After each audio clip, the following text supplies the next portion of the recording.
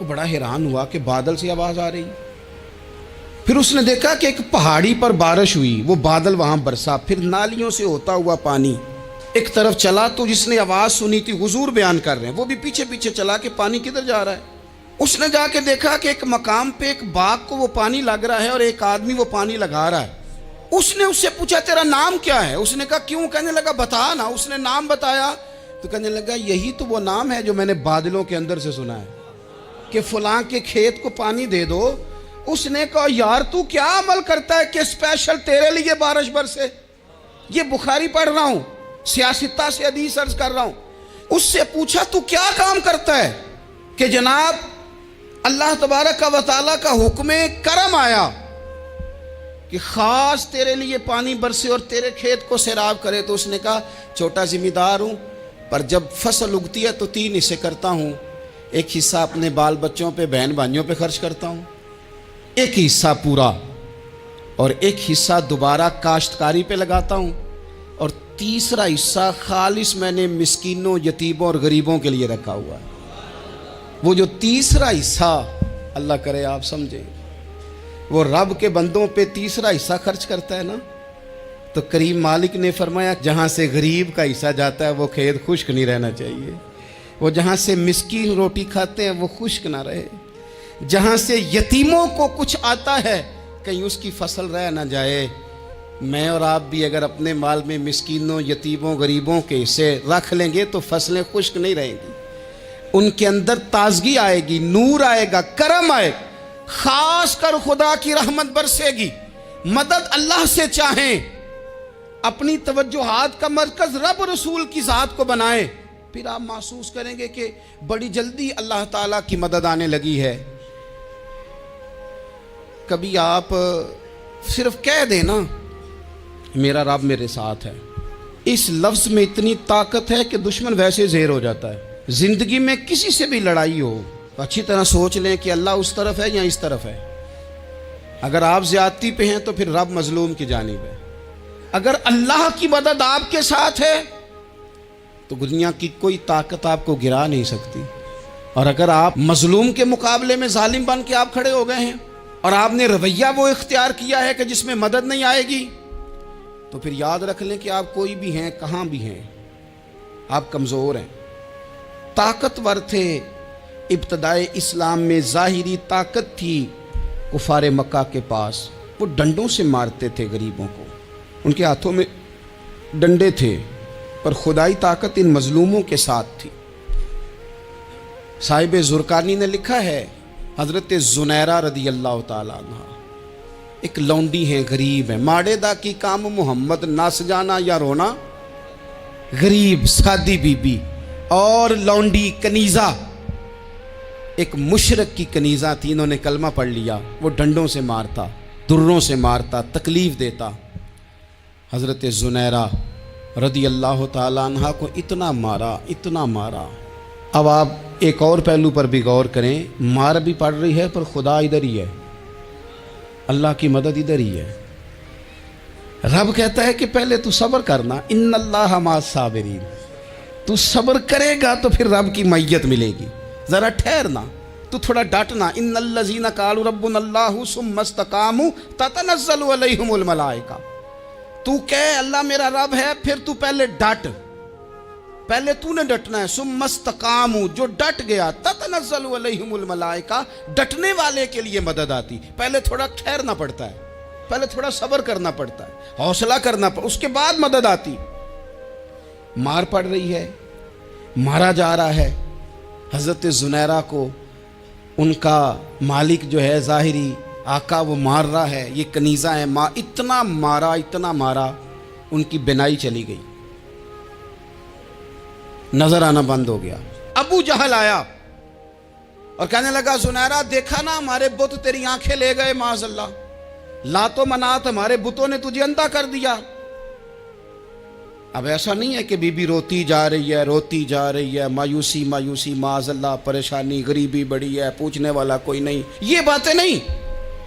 کیا جملے ہیں خاتون کے, کیا لفظ ہیں. ابو جہل نے تنزیہ کہا, معاذ اللہ, کہنے لگا دیکھا نا ہمارے بتوں نے تجھے اندھا کر دیا.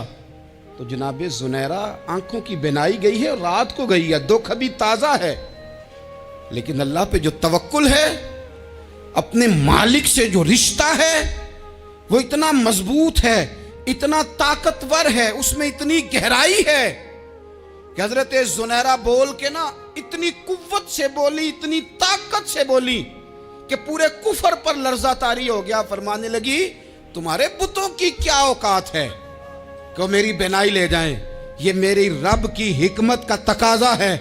جب تک اس نے چاہا زنیرہ دیکھتی رہی، اور جب اس نے چاہا زنیرہ کی آنکھوں کی بینائی چلی گئی، اور اگر وہ چاہے گا نا تو بینائی واپس بھی کر دے گا۔